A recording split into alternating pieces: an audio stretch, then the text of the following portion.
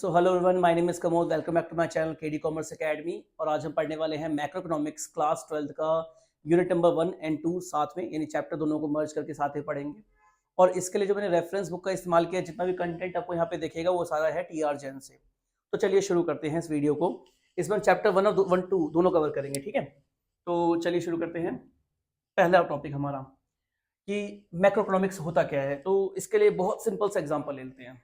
आप सभी ने सुना होगा एक डायलॉग कि बचत एक कैसी आदत है। तो आपने सबने सुना होगा बचत एक अच्छी आदत है। बूढ़े बुजुर्ग कहे गए, पुराने लोग कहे गए बचत एक अच्छी आदत होती है।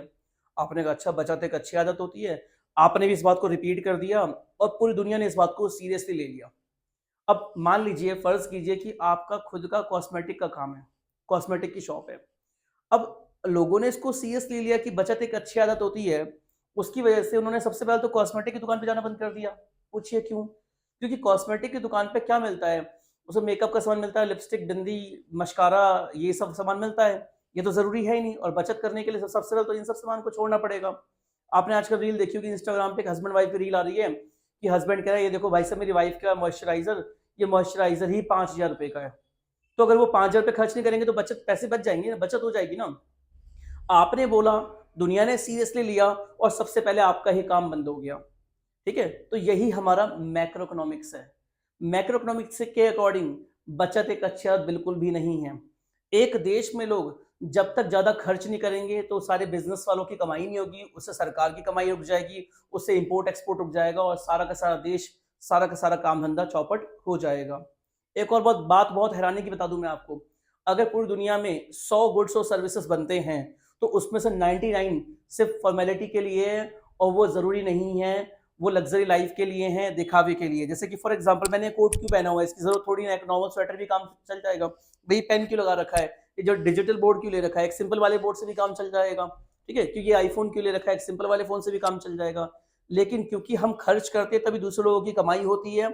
और अगर हम सब ने बचत करना शुरू कर दिया तो there will be a point of time कि हम सभी लोग 90% लोगों का रोजगार चला जाएगा और उसके बाद में बचे 10% लोगों का भी रोजगार चला जाएगा। इस बात का ध्यान रखना, ठीक है। इसका एक और छोटा सा एग्जांपल, अगर आपका टाइम वेस्ट ना हो रहा हो, अगर आप चाहो तो स्किप कर देना। मान लो कि इस दुनिया में दो ही तरीके की मोटरसाइकिल मिलती है, एक स्प्लेंडर है, एक बुलेट है। अब हुआ क्या, सबने कहा कि बचत एक अच्छी आदत होती है तो घर में बाइक तो चाहिए चाहिए। तो सबने क्या किया, बुलेट को छोड़ दिया क्योंकि बुलेट महंगी आती है, मेंटेनेंस महंगी, सबने स्प्लेंडर ले ली। और ये बात बोलने वाले आप थे और आपका खुद के पापा का काम जो था ना, वो बुलेट के शोरूम के अंदर में मैनेजर थे। अब सारे लोग स्प्लेंडर बाइक लेंगे तो बुलेट बुलेट कंपनी का क्या होगा, रॉयल एनफील्ड कंपनी का क्या होगा, वो बंद हो जाएगी। तो आपके तो खुद के पापा की नौकरी चली गई। तो ऐसे डायलॉग मार देना बचत एक अच्छी आदत होती है, मैक्रो इकोनॉमिक्स के हिसाब से बिल्कुल भी फिट नहीं है। क्योंकि मैक्रो इकोनॉमिक्स एक पूरे देश की बड़ी पिक्चर को आपके सामने में प्रेजेंट करता है, वो छोटी पिक्चर की बात नहीं करता। इसलिए छोटी मोटी कही गई बातें, बचत एक अच्छी आदत है, ये पूरी दुनिया के लिए बहुत खतरनाक है, बुरा है और इससे लोगों का रोजगार चला जाएगा। ठीक है, तो आई होप कि आपको क्लियर हो गया होगा मैक्रो इकोनॉमिक्स क्या होता है। और जैसे कि मैंने प्रीवियस वीडियो में बताया था, माइक्रो इकोनॉमिक्स क्या करता है, एक इंडिविजुअल की स्टडी करता है कि उसकी इनकम कितनी है, एक्सपेंसेस कितने हैं और उसकी सेटिस्फेक्शन को मैक्सिमम कैसे किया जा सके। वही दूसरी ओर मैक्रो इकोनॉमिक्स में हम करते क्या है, पूरे देश के सभी लोगों की इनकम, सभी लोगों के एक्सपेंडिचर की स्टडी की जाती है, ये पता करने के लिए कि उनकी सेटिस्फेक्शन को मैक्सिमाइज कैसे किया जा सके। That is the meaning of macro economics, studying whole economy, economy as a whole, single unit. Okay, पूरे देश को एक साथ एक सिंगल यूनिट मान करके पढ़ना इज कॉल्ड मैक्रो इकोनॉमिक्स। अब बात करते हैं कुछ इसके मीनिंग्स की, इसका मीनिंग और कुछ इसका स्कोप। सो मैक्रो इकोनॉमिक्स का मतलब क्या है, is a branch of economics which studies economic issues at large level, economy as a whole, पूरे देश को एक मान करके। और इसके फादर कौन है, जॉन माइनार्ड कीन्स। कौन है, जॉन माइनार्ड कीन्स। इन्होंने 1936 में कि 37 में मैक्रो इकोनॉमिक्स का कंसेप्ट दिया था। इन्होंने कहा था कि पूरे देश की इकोनॉमी को सभी लोगों को एक साथ पढ़ना जरूरी है, इसीलिए इनको फादर ऑफ मैक्रो इकोनॉमिक्स भी कहा जाता है। अब आगे चलते हैं नेक्स्ट टॉपिक की तरफ में, scope of macro economics. Macro economics में होता क्या क्या है, क्या कवर होता है इसके अंदर में। तो सबसे पहले हम इसमें सीखते हैं एस्टिमेशन ऑफ नेशनल इनकम, पूरे देश की इनकम कैसे कैलकुलेट करें, उसमें कौन कौन से फैक्टर्स हैं, किसको इनकम माने किसको इनकम ना माने। दूसरा, थ्योरी ऑफ एम्प्लॉयमेंट, रोजगार कैसे जनरेट किया जाएगा, कहाँ पैसा लगाया जाएगा जिससे ज्यादा रोजगार मिलेगा, सबको रोजगार मिलेगा तो सब लोग खर्च करेंगे, उससे बिजनेस की भी कमाई होगी। एक सिंपल एग्जांपल, एक एग्जांपल याद आ गया मेरे को इससे मैक्रो इकोनॉमिक्स का। आपने 11th क्लास से पढ़ा होगा labour intensive technology, technique and capital intensive. अब मान लो कि बनारस में साड़ियाँ बनती है, मान लो कि बनारस में साड़ियाँ बनती हैं, हैंडमेड साड़ियाँ होती हैं, एम्ब्रॉयडरी वाली, कढ़ाई वाली साड़ियाँ। अब वहाँ पर क्या हुआ, सारे के सारे बिजनेसमैन लोगों ने सारे वर्कर्स को काम पे निकाल के मशीनें लगा दी। अरे मशीनें काम कर रही हैं, मशीनें ज़्यादा काम कर देगी, लेकिन एक समस्या भी तो है कि अगर लोग ही बेरोजगार हो गए तो साड़ियाँ कौन खरीदेगा? दूसरा, वो लोग बेरोजगार हो गए, 50 लाख लोग बनारस में रहते थे, उनके रहने से बहुत सारे सेठों की कोठी किराए पे लगी थी, कमरे किराए पे लगे थे, बहुत सारे लोगों ने दुकानें खोल रखी थी, उनकी दुकान उनके भरोसे चल रही थी, बहुत से लोगों ने फोन की दुकानें खोल रखी थी। तो कभी कोई ऐसा डिसीजन लेना जो बहुत बड़े लोगों को इम्पैक्ट करेगा, वो मैक्रो इकोनॉमिक्स होता है, सोच समझ के डिसीजन लेना होता है। ठीक है, तो आगे चलते हैं। थ्योरी ऑफ मनी, पैसे का आविष्कार कैसे हुआ, कौन सा M1 है, कौन सा M2 है, कौन सा M3 है, किस किस के क्या क्या कंपोनेंट्स होते हैं, पैसा कौन प्रिंट करता है, कितना पैसा प्रिंट करना है, बैंकिंग सिस्टम, ये सब इसमें आते हैं। Theory of general price level, महंगाई, इन्फ्लेशन, डिफ्लेशन, ये भी इसे पढ़ेंगे। महंगाई थोड़ी मोड़ी होना सही है, कितनी, मिनिमम 2%, एवरेज 4% और मैक्सिमम 6%। जो इन्फ्लेशन है एक्सेप्टेड है, इससे कम ज्यादा नहीं होनी, इससे कम नहीं होनी चाहिए, इससे ज्यादा नहीं होनी चाहिए। अगर इससे कम ज्यादा है, 2 और 6 का ये बाउंड्री लाइन क्रॉस हो रही है, तो ये मैक्रो इकोनॉमिक्स का पार्ट है, इसको पढ़ा जाएगा और कैसे से कैसे कंट्रोल किया जाएगा इसकी बात करेंगे। गवर्नमेंट बजट, गवर्नमेंट कितना पैसा कमाएगी, कितना पैसा खर्च करेगी, गवर्नमेंट बजट भी मैक्रो इकोनॉमिक्स का पार्ट है। एक्सचेंज रेट, जैसे आपने सुना होगा फॉरेन एक्सचेंज, जिसमें लास्ट वाला यूनिट है, वो भी इसी का पार्ट है। एंड बैलेंस ऑफ पेमेंट, कि एक देश कितना पैसा विदेशों से लेता है, कितना पैसा विदेशों को देता है, और अल्टीमेटली वो देश कितना माइनस में कि प्लस में, ये भी इसी में पढ़ा जाता है। ठीक है, तो नेक्स्ट पेज चलते हैं। ये सारे चैप्टर्स है, इसलिए इनको डिटेल में यहाँ पे ज्यादा नहीं समझा रहा हूँ, ये सारे चैप्टर्स आगे, ये सारे यूनिट्स है, आगे डिटेल में समझेंगे नेक्स्ट वीडियोस में। ओके, तो नेक्स्ट स्लाइड पे चलते हैं हम लोग। And use and classification of goods. अब ध्यान से देखिएगा, एक सिंपल सा एग्जांपल देखो भाई, एक कारपेंटर ने लकड़ी ली, एक पेड़ खरीदा, उसको छिला, लकड़ी बनाई, लंबर, और उससे उसने क्या बना दिया, फर्नीचर बना दिया। तो यहां पेड़ और लकड़ी क्या है, ये है आपकी इंटरमीडिएट गुड्स।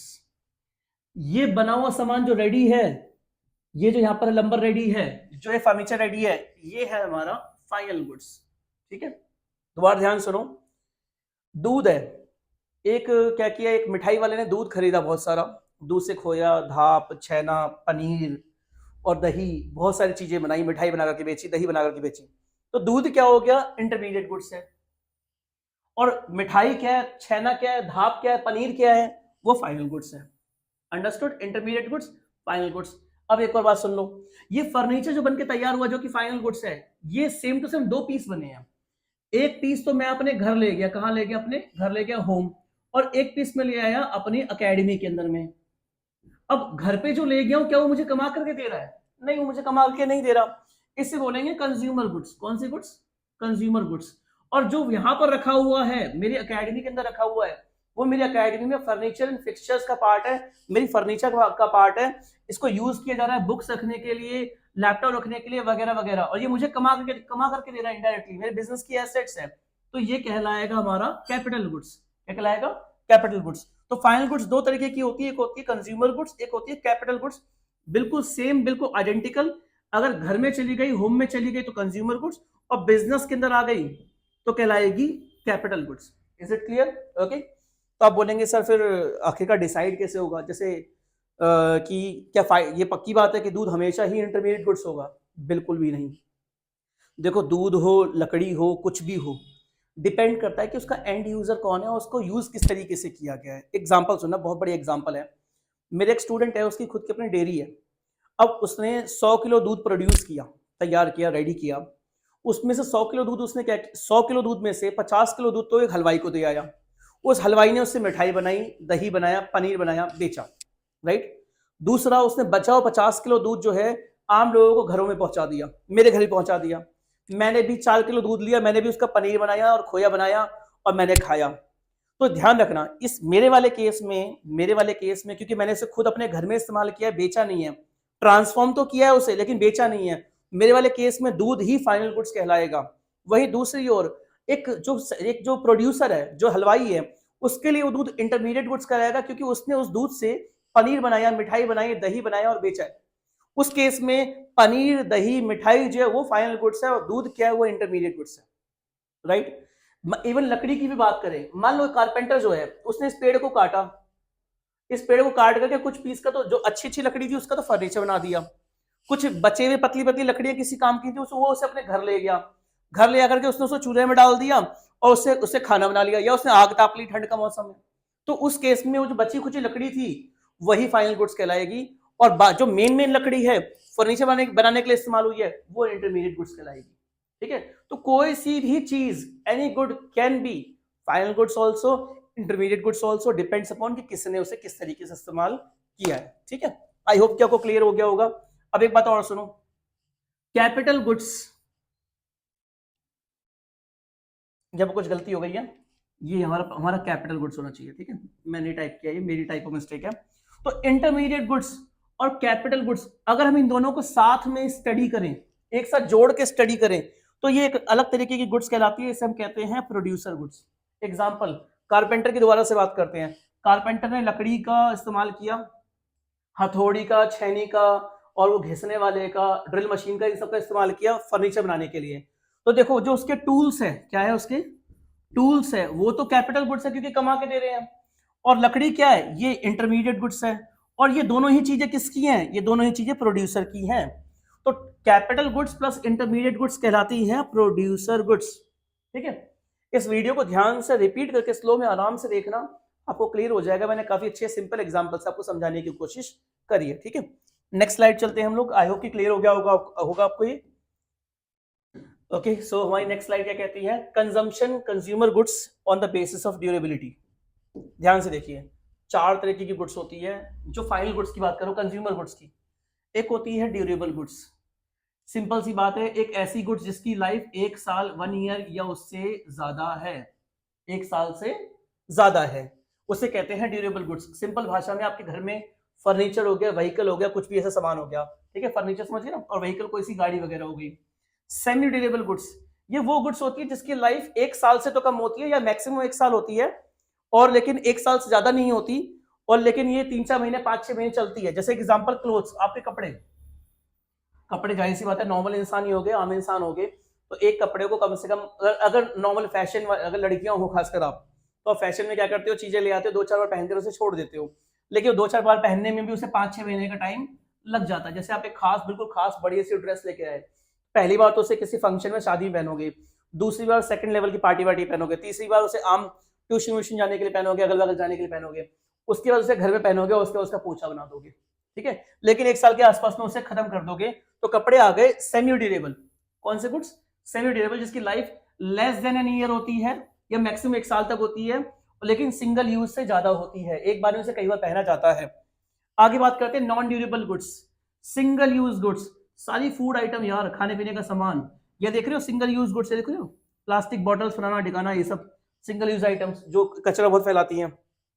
अगला है नॉन मटेरियल गुड्स, जो आप यहाँ मेरे से रिसीव कर रहे हो, आप मेरे से, आप पढ़ने के लिए आए हो, आप सर्विसेज रिसीव कर रहे हो, डॉक्टर की, टेलर की, किस किस की, डॉक्टर की सर्विसेज, लॉयर की सर्विसेज, टेलर की सर्विसेज, ये क्या है, नॉन मटेरियल गुड्स कहलाती है, ये क्योंकि ये फिजिकल नहीं होती है, which does not have physical form. Example, teacher, doctor, services, etcetera. ठीक है, सिंपल सा है, बहुत सिंपल सा है, क्लियर हो गया होगा आपको। आप देख पा रहे हो यहाँ पर क्या है, देखो ये ड्यूरेबल गुड्स है, ये सेमी ड्यूरेबल गुड्स है, सिंगल यूज गुड्स है, और ये क्या है, सर्विसेज है, नॉन मटेरियल गुड्स कहते हैं इसे। ठीक है, नेक्स्ट स्लाइड चलते हैं हम लोग।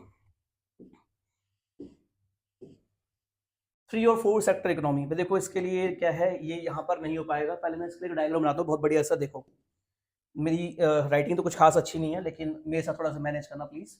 ठीक है, ध्यान सुनो। सबसे पहले मुझे बताओ, हम सभी लोग कहाँ रहते हैं?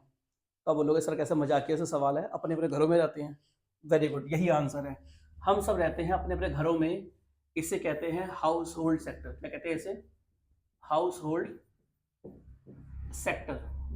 ध्यान सुनो, ये सिंगल सेक्टर इकोनॉमी हो गई। ये भी होती थी कभी किसी जमाने में, जब हमारी सिंपल इकोनॉमी हुआ करती थी, आज से 2000-3000 साल पहले, जहाँ पे आप बेसिक 3 चीजों के लिए, रोटी, कपड़ा और मकान के लिए, हम अपने आप पे डिपेंडेंट हुआ करते थे। तो सिंगल सेक्टर इकोनॉमी भी पॉसिबल थी आज से 2-3 हजार साल पहले। फिर क्या हुआ, हम लोगों ने अपनी जेब से 4 चीजें निकाली। कितनी चीजें निकाली? 4 चीजें निकाली। इनका नाम है लैंड, लेबर, कैपिटल एंटरप्रेन्योर, और इससे बन गया प्रोड्यूसर सेक्टर। क्या बन गया? Producer sector. इसका एग्जांपल क्या है, ध्यान सुनना।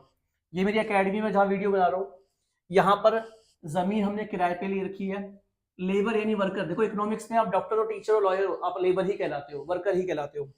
तो यहाँ पढ़ाने वाले हम खुद ही हैं लेबर, यहाँ पैसा मैंने खुद लगाया और यहाँ का मालिक भी मैं खुद ही हूँ। तो इन चार चीजों के जुड़ने से मेरी डीएस एकेडमी बनकर के तैयार हो गई, मेरी एकेडमी। प्रोड्यूसर सेक्टर, हम क्या बनाते हैं? हम सर्विसेज बनाते हैं। कौन सर्विसेज? एजुकेशन सर्विसेज बनाते हैं, और बना के बेचते किसको हैं भाई? इन्हीं लोगों को बेचते हैं जो यहाँ रहते हैं, जो मेरे स्टूडेंट्स हैं सारे के सारे। हमने क्या बनाया? Goods and services. अभी बोलोगे सर आपने तो सर्विसेज कहा था। अरे मैं सारे प्रोड्यूसर सेक्टर की बात कर रहा हूँ। दुनिया में जितने प्रोड्यूसर सेक्टर हैं इंडिया में, हम सर्विस बना रहे हैं, कोई ना कोई तो गुड्स बना रहा होगा ना। ये पेन कहीं ना कहीं से बन के आया ही होगा ना। अब ध्यान सुनो, बदले में हाउस होल्ड सेक्टर यानी कि हमारे जो स्टूडेंट्स हैं उनके पेरेंट्स ने क्या पे किया? पेमेंट करी। किसकी पेमेंट करी? Payment of goods and services. Clear है? ठीक है। उसके बाद क्या हुआ? प्रोड्यूसर सेक्टर ने से पैसा कमा लिया। जैसे हमारी डीएस एकेडमी ने बच्चों को एजुकेशन सर्विसेज बेची, उससे फीस रिसीव हुई। फीस रिसीव होने के बाद में जब इसने पैसा कमाया हमारी डीएस एकेडमी ने, तो इसने पेमेंट करी किसकी? इससे पेमेंट करी लैंड के बदले पे किया रेंट। किसको? यहाँ का जमीन का जो मालिक है। लेबर को पे करी वेजेस या फिर सैलरीज। कैपिटल को पे किया इंटरेस्ट, और एंटरप्रेन्योर को क्या पे किया? प्रॉफिट। ठीक है। ये हमारा हो गया टू सेक्टर इकोनॉमी तैयार। उसके बाद अचानक से गवर्नमेंट सेक्टर आया। गवर्नमेंट कहती हाँ भाई सुनने में तुमने पैसा कमाया, कैसे? Rent, wages, interest and profit से। हाँ जी, इस पर टैक्स पे करो। क्या पे करो? टैक्स। बदले में गवर्नमेंट आपको क्या देगी? सर्विसेज। कौन सी सर्विसेज देगी भाई? मेरे घर के बाहर जो रोड बनी है मेरे मामा ने थोड़ी बनाई है, सरकार ने बना के दी है। तो सरकार कहाँ से बना के देगी? टैक्स के पैसे से। देन उसके बाद में क्या हुआ? ये गवर्नमेंट सेक्टर पहुंच के प्रोड्यूसर सेक्टर के पास में। ये कहते हैं हाँ भाई सुनने में तुमने प्रॉफिट कमाया, जल्दी से टैक्स पे करो। तो उन्होंने कहा आपको कैसे पता? इसने कहा बेटा मैं भाई बाबू मुझे सब पता है, तूने गुड्स और सर्विसेज बेच के पैसा कमाया है ना, उस पर टैक्स पे कर। बदले में तेरे को क्या मिलेगा? ये कह रहा मेरे को क्या मिलेगा भाई? सर्विसेज मिलेंगी। क्या मिलेंगी? सर्विसेज मिलेंगी। और एक बात और सुन लो, प्रोड्यूसर सेक्टर जो सामान बनाता है वो गवर्नमेंट भी खरीदती है। प्रोड्यूसर सेक्टर जो सामान बनाता है, जैसे एक प्रोड्यूसर सेक्टर है, उसने ना बड़े बड़े टैंक, बंदूक, तोप बनाई, वो कौन खरीदेगा? सरकार खरीदेगी। किस लिए? आर्मी के डिफेंस के लिए। तो ये गुड्स और सर्विसेज भी खरीदती है, और बदले में ये पेमेंट भी करती है। किसको पेमेंट करती है? प्रोड्यूसर सेक्टर को। अब ध्यान से देखो, ये थ्री सेक्टर इकोनॉमी बनके तैयार हो चुकी है। बहुत कॉम्प्लिकेटेड लग रहा होगा, लेकिन स्टार्टिंग से बिल्कुल आराम से रिलैक्स होकर देखोगे, वन की स्पीड में देखना, आपको समझ में आ जाएगा। ठीक है, दोबारा से ये हो गए थ्री सेक्टर। लेकिन अभी क्लोज इकोनॉमी है। कौन सी इकोनॉमी? क्लोज इकोनॉमी, क्योंकि यहाँ पर हाउस होल्ड है, प्रोड्यूसर है और गवर्नमेंट है, कोई विदेशी आदमी यहाँ पर नहीं है। फिर 1991 में हमने क्या किया? हमने अपनी इकोनॉमी को ओपन इकोनॉमी कर दिया, मिक्स इकोनॉमी कर दिया, फॉरेन सेक्टर आ गया। फॉरेन सेक्टर कहां से आया है? विदेश से आया। क्या लेके आया है? इन्वेस्टमेंट। क्या लेकर के आया है? इन्वेस्टमेंट। इसको बदले में क्या मिलेगा? इसको मिलेगा बदले में प्रॉफिट। सरकार बोलेगी प्रॉफिट कमाया है, जल्दी से क्या पे कर? टैक्स पे कर। बदले में इसको क्या मिलेगा सरकार से? सर्विसेज। ठीक है, बहुत कॉम्प्लिकेट लग रहा होगा आपको, लेकिन हाँ इसको आराम से रिलैक्स होकर देखोगे आपको समझ में आ जाएगा। ये हो गई one sector economy, two sector economy, three sector economy. Three sector तक क्लोज इकोनॉमी है, देन फॉरेन सेक्टर आ गया, ये बन गई ओपन इकोनॉमी। राइट, क्लियर है यहाँ तक? तो नेक्स्ट पे चलते हैं हम लोग। तो आई होप कि आपको थ्री और फोर सेक्टर क्लियर हो गया होगा। इसमें क्या क्या होता है? इसमें हाउस होल्ड होता है, सॉरी 1 सेकेंड, इसमें क्या होता है? हाउस होल्ड होता है, बिजनेसमैन यानी प्रोड्यूसर सेक्टर होता है, गवर्नमेंट सेक्टर होता है, और इसके अंदर फॉरेन सेक्टर भी होता है। एग्जांपल, आपने एक शॉप से सामान खरीदा, वो बिजनेस है, आप जो हो वो हाउस होल्ड सेक्टर हो गया, आपने टैक्स पे किया सरकार को, वो गवर्नमेंट सेक्टर हो गया, और जो गुड्स थे वो इंपोर्ट किए गए थे विदेश से, फॉरेन सेक्टर हो गया। यानी एक सिंगल ट्रांजेक्शन में सारे लोग इन्वॉल्व हो गए। जैसे मैंने मैक्स का बोर्ड खरीद रखा है, ये 2 लाख रुपए का खरीदा था मैंने, तो मैं हो गया, मैं तो बिजनेस के लिए खरीदा था हालांकि, लेकिन मान लो कि मैंने पर्सनल यूज के लिए खरीदा है, तो मैं हो गया हाउस होल्ड। मैंने खरीदा है एक बिजनेसमैन से, टैक्स पे किया जीएसटी सरकार को। ये बोर्ड कहां से बन गया? ये चाइना से बनकर के आ रखा है। राइट, अब नेक्स्ट स्लाइड चलते हैं हम लोग। नेक्स्ट पे और इसी से जुड़ा हुआ कंटेंट है, इंटरसेक्टर फ्लो क्या होता है। भाई देखो सिंपल सी बात है, मैंने अभी भी क्या बताया आपको, एक सेक्टर से दूसरे सेक्टर में जो चीजों का लेन देन हो रहा है, यहां देखो यार, यहां देखो सिंपल, ये एक सेक्टर से जो चीजों का लेन देन हो रहा है, ये क्या है? ये इंटर सेक्टर फ्लो है। एक सेक्टर से दूसरे सेक्टर में चीजें क्या आ रही है? आना जाना कर रही हैं, इसने गुड्स और सर्विसेज लगाई, इसने पेमेंट करी, ये सब क्या है, ये इंटर सेक्टर फ्लो है। एक सेक्टर से दूसरे सेक्टर में सामान का और पैसे का लेन देन होना is called inter sector flow. ठीक है, मीनिंग क्या दे रखा है यहाँ पर, जब देख लेते हैं एक बार। ठीक है, how money goods move between sectors like household to business. Example, you work for a company, household, business and get salary, it is called inter sector flow. Okay, अब हमने जो मेन ये डायग्राम पढ़ लिया ना, ये वाला, इसी बेस्ड सारे टॉपिक मेनली। ठीक है, नेक्स्ट में चलते हैं हम लोग। सर्कुलर फ्लो ऑफ इनकम क्या होता है, दोबारा से इसी पे आते हैं। देखो सिंपल सी बात है, प्रोड्यूसर सेक्टर में क्या हुआ भाई, हमने गुड्स और सर्विसेज लगाए, इसके बदले हमें पेमेंट मिली, उस पेमेंट से हमने क्या किया, इसी के गुड्स और सर्विसेज खरीदे। सिंपल सी बात, सिंपल और सिंपल सुनो, मैंने क्या किया, मैं एक कंपनी में काम करता हूँ, मान लो वहां पर ये ब्लेजर्स बनते हैं, मेरे को सैलरी मिली, मैंने उसी सैलरी से एक ब्लेजर खरीद लिया, या मैंने उससे किसी और को पेमेंट करी, उसने किसी और को पेमेंट करी, उसने किसी और को पेमेंट करी, उसने उसी कंपनी से ब्लेजर खरीद लिया। इसे कहते हैं सर्कुलर फ्लो ऑफ इकोनॉमी या मनी या इनकम। ये कंटिन्यूअस लूप होता चलता रहता है। ठीक है, जैसा कि यहाँ पर आप देख रहे हो, प्रोड्यूसर और हाउस होल्ड के बीच में कंटिन्यूअस लेन देन हो रहा है। ठीक है, इसका मीनिंग क्या है, मीनिंग देखते हैं। Money flows in a loop between house hold and business, government etcetera. Example, you work and get salary, spend on the goods, business पे यू, लूप कंटिन्यूस। ऐसे के लूप चलता जा रहा है, किसके बीच में भाई, इंडिविजुअल के बीच, हाउस होल्ड के बीच में, और आपका प्रोड्यूसर के बीच में, गवर्नमेंट के बीच में। Okay, got it. तो आई होप कि क्लियर हो गया होगा आपको। नेक्स्ट स्लाइड चलते हैं, नेक्स्ट भी इसी पे बेस्ड है हमारा। रियल फ्लो और मनी फ्लो क्या होता है, इसको समझने के लिए दोबारा से चलेंगे यहीं पर, ध्यान से देखो जो एक बार। देखो जहां जहां मैं सर्कल कर रहा हूं येलो, वो है हमारा रियल फ्लो। रियल फ्लो का मतलब क्या होता है, जहां पर गुड्स और सर्विसेज का लेन देन होता है। मेन क्या होता है, गुड्स और सर्विस होता है। Example, land, labour, capital, entrepreneur, ये क्या है, एक ये रियल फ्लो है। ये कहां से फ्लो हुआ है, हाउस होल्ड से प्रोड्यूसर की तरफ में। दोबारा, गुड्स और सर्विसेज क्या है, सामान है, ये कहां से फ्लो हुआ, प्रोड्यूसर से हाउस होल्ड के बीच में, रियल फ्लो है। मनी फ्लो क्या होता है, मनी फ्लो देखेंगे हाथ क्या, मैं मनी फ्लो के लिए यूज करे तो पिंक कलर। मनी देखो, payment of goods and services क्या है, ये मनी है। रेंट, वेजेस, इंटरेस्ट, प्रॉफिट, ये क्या है, मनी है। टैक्स मनी है, गुड्स पेमेंट मनी है, टैक्स मनी है, टैक्स मनी है। यहां पर भी जो प्रॉफिट आया है वो क्या है, मनी है। और ध्यान रखना, देखो ध्यान से, यहां पे जहां जहां जहां येलो रियल फ्लो है, सर्विसेज समान है, गुड्स और सर्विसेज समान है, सरकार की सर्विसेज समान है, रियल फ्लो है।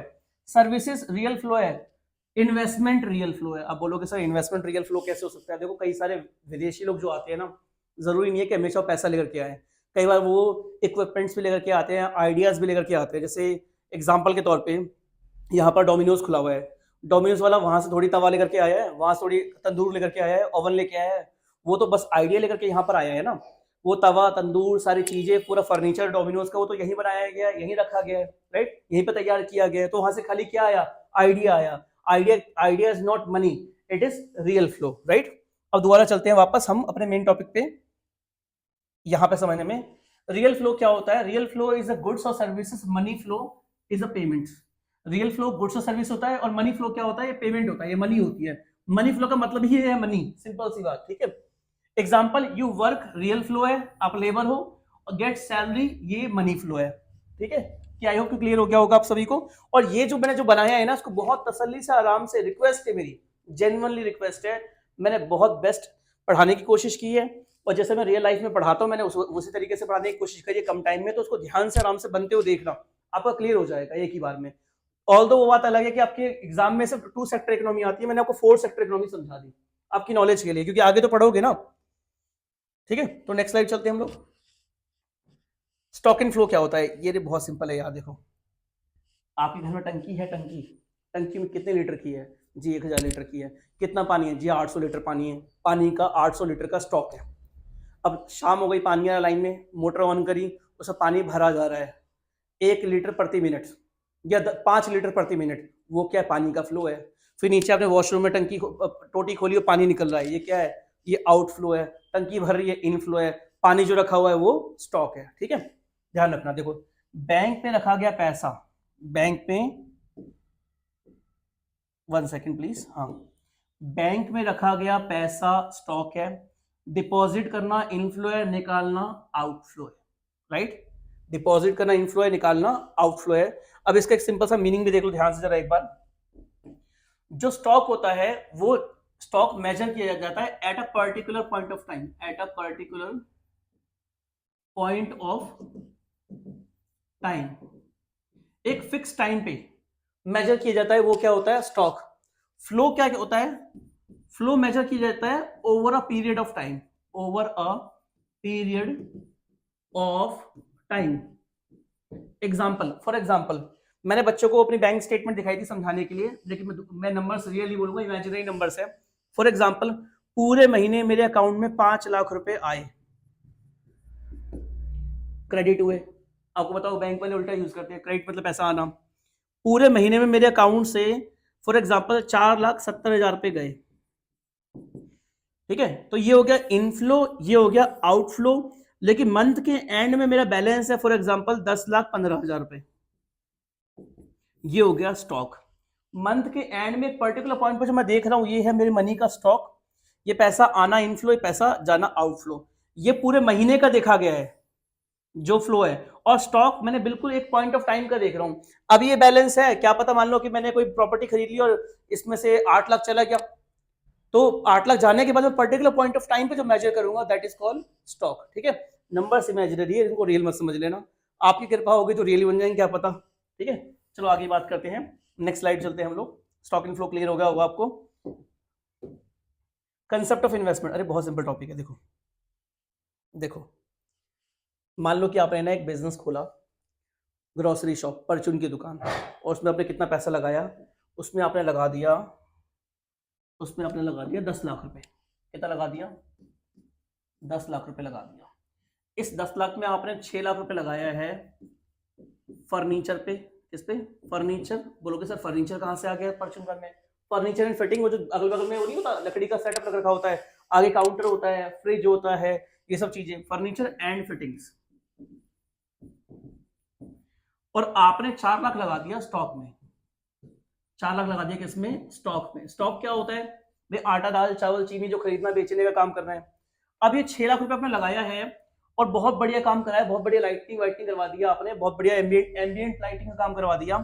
अब 5 साल बाद, 5 years लेटर, आपका एक फ्रेंड आया, उसने कहा बहुत बढ़िया काम कर रखा है, तुमने बहुत बढ़िया पैसा लगा रखा है। तो आपने कहा भाई होगा नहीं क्या? 6 लाख लगाया है, 6 लाख। तो आपके दोस्त ने बोला कब लगाया था? आपने कहा 5 साल पहले। उसने आपके थप्पड़ मारा, भाई 6 लाख क्यों बोला है तू? कह रहा भाई 6 लाख लगाया तो 6 लाख बोलूंगा। तो उसने कहा 6 लाख रुपए अब नहीं बोल सकता, तो क्योंकि 5 साल बाद इस फर्नीचर फिटिंग की वैल्यू 6 लाख से घट के डेप्रीशिएशन लग के, अकाउंट्स वाले तो अच्छे से पता होगा, डेप्रीशिएशन लग करके अभी सिर्फ कीमत बची है सिर्फ मान लो 4 लाख रुपए। तो बोलोगे यार 4 लाख, हाँ तेरी बात तो सही है, क्योंकि अभी ये फर्नीचर जो है इसकी वैल्यू कम हो चुकी है। तो 6 लाख रुपए आपकी है फिक्स इन्वेस्टमेंट। क्या बोलते हैं इसे? Fixed investment. आफ्टर 5 years ये फिक्स इन्वेस्टमेंट बची है 4 लाख रुपए की, इसे बोलेंगे नेट इन्वेस्टमेंट। क्या बोलेंगे? Net investment. तो थी तो ये 6 लाख की, तो 4 लाख में भाई देखो 2 लाख रुपए का क्या लग गया? डेप्रिसिएशन लग गया। और 6 लाख रुपए इसकी क्या है? ये होगी ग्रॉस इन्वेस्टमेंट। ये हो गया आपका डेप्रिसिएशन और ये हो गई आपकी नेट इन्वेस्टमेंट। यहाँ लिखा हुआ, अगर मान लो कुछ समझ में ना आ रहा हो, सिंपल भाषा में, आपने 6 लाख रुपए की एक फिक्स एसेट्स खरीदी थी, आपने 6 लाख रुपए की एक फिक्स एसेट्स खरीदी थी। आफ्टर 5 years उसकी वैल्यू घट के 4 लाख हो चुकी है। तो 5 साल बाद आफ्टर सम टाइम जो 4 लाख उसकी वैल्यू है वो नेट वैल्यू है। 2 लाख रुपए का उसमें डेप्रिसिएशन लग चुका है और 6 लाख रुपए उसकी ग्रॉस वैल्यू है, ठीक है। 6 लाख रुपए क्या है? उसकी ग्रॉस वैल्यू है, ठीक है। ये क्लियर हो गया सभी को? अब इसको हम देखते हैं जो हमने यहाँ पर लिख रखा है, ध्यान से देखो जरा एक बार। Meaning, spending on assets that generate future income like machinery, stock. Example, you buy a machine for your bakery to make more cakes is called investment. इसके इन्वेस्टमेंट के टाइप्स क्या होते हैं? फिक्स इन्वेस्टमेंट, लॉन्ग टर्म होती है asset, जैसे machine हो गई, बिल्डिंग हो गई, इन्वेंट्री हो गई, इन्वेस्टमेंट हो गई। इसका एग्जांपल हो गया buying a delivery van, inventory, unsold stock, unsold pizzas. जो देखो बाइंग अ डिलीवरी वैन तो फिक्स इन्वेस्टमेंट है, और इन्वेंट्री इन्वेस्टमेंट क्या है? अनसोल्ड पिज्जा, जो पिज्जा का रॉ मटेरियल बचा हुआ है, बिका नहीं है, वो क्या आपका? वो आपका इन्वेंट्री है। Concept of depreciation, asset value decrease over time due to wear and tear, यानी इस्तेमाल करने की वजह से। वेयर कहते हैं इस्तेमाल करना, टीयर कहते हैं टूट फूटने की वजह से। एग्जांपल, ये 1 lakh scooters value drops to 80K after 1 year। आपका 1 लाख का स्कूटर आप 1 साल बाद 80,000 रुपए का हो जाता है। क्यों? क्योंकि 20,000 रुपए का क्या लग गया उसके अंदर? डेप्रिसिएशन लग गया, ठीक है। तो यहीं तक था फिलहाल के लिए। और कुछ अगर आपको बढ़िया लगा हो वीडियो में तो लाइक कीजिएगा, शेयर कीजिएगा, सब्सक्राइब कीजिएगा, चैनल को सपोर्ट कीजिएगा, ठीक है। और आपके सपोर्ट का ही वेट है बस। और इसी तरीके से मैंने ये प्लान किया कि मैं सारी की सारी यूनिट्स को ना एक एक वीडियो में खत्म कर करके, मतलब मान लो कि अगर 13 चैप्टर है टी अर्जुन के हिसाब से, तो 13 वीडियोस में पूरी का पूरा सिलेबस खत्म कर दूंगा। ये क्विक रिवीजन वीडियो है, ये कॉम्प्रिहेंसिव सब कुछ नहीं है। सब कुछ के लिए आपको इस वीडियो को देख करके बुक्स को पढ़ना ही पड़ेगा। मैं ज़्यादा ज्ञान नहीं दूंगा कि बुक्स की जरूरत नहीं है, ये नहीं है, वो नहीं है। बुक्स की भी जरूरत है, बुक्स की वैल्यू है। आखिरकार केस स्टडीज और क्वेश्चंस आपको उसी में मिलेंगे, राइट। तो बाकी कोई भी डाउट रह गया हो तो बताइएगा, मेरे को कमेंट करिएगा। मिलते हैं अगली video, till then bye bye, see you, have a nice day.